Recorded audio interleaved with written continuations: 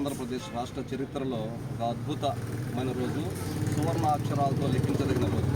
మన ఆంధ్ర రాష్ట్రం ప్రారంభించినప్పటి నుంచి కూడా సంయుక్త రాష్ట్రంలో కానివ్వండి, విభజిత రాష్ట్రంలో కానివ్వండి 175 స్థానాలకు 164 స్థానాలు గెలవడం అనేది చాలా గొప్ప విషయం. ముఖ్యంగా మా పార్టీ జనసేన అధ్యక్షులు పవన్ కళ్యాణ్ గారు నీతి నిజాయితీకి మారుపేరు. ఎక్కడ కూడా తన స్వార్థంగానో పదవుల కోసమో లేకపోతే ఏదో ఆలోచించకుండా ఈ రాష్ట్రం బాగుండాలి, ఈ ప్రజలు బాగుండాలంటే ముందు ఈ వైఎస్ఆర్ పాలన అంతమొందించాలనేటువంటి ఒకే ఒక నిశ్చయంతో 2 సంవత్సరాల ముందే వ్యతిరేక ఓటు చీలనివ్వకూడదనేటువంటి ఒక ఉద్దేశంతో కేవలం ఆంధ్ర రాష్ట్ర ప్రజల కోసమే అటువంటి నిర్ణయం తీసుకుని ఈరోజు ఎన్డీఏ కూటమి ఏర్పాటులో ఢిల్లీ పెద్దలను ఒప్పించి ఈరోజు ఈ 3 పార్టీలను కూడా కూటమిగా ఏర్పాటు చేసే దాంట్లో మా పార్టీ అధ్యక్షుడు పవన్ కళ్యాణ్ గారిది కీలకమైన పాత్ర.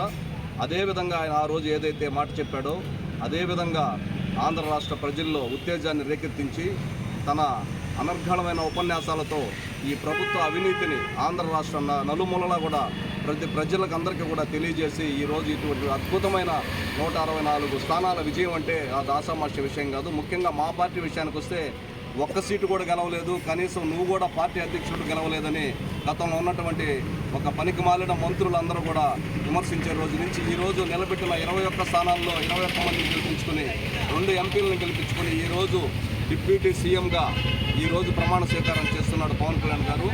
భవిష్యత్తులో ఈ రాష్ట్రానికి కానీ ఈ దేశానికి కానీ ఇటువంటి నిజాయితీ కలిగిన నాయకుడు ఈ దేశం మొత్తం మీద వెతికినా కూడా అటువంటి నిజాయితీ కలిగిన నాయకుడు దేశంలో ఎక్కడొక్కడ కనిపించడు. అటువంటి వ్యక్తిని ఈరోజు మేము మా పార్టీ అధ్యక్షుడిగా మేము ఆయన్ని అభిమానిస్తూ ఆయన వెనక నడుస్తున్నందుకు మేము ఎంతో గర్వంగా ఫీల్ అవుతున్నాం.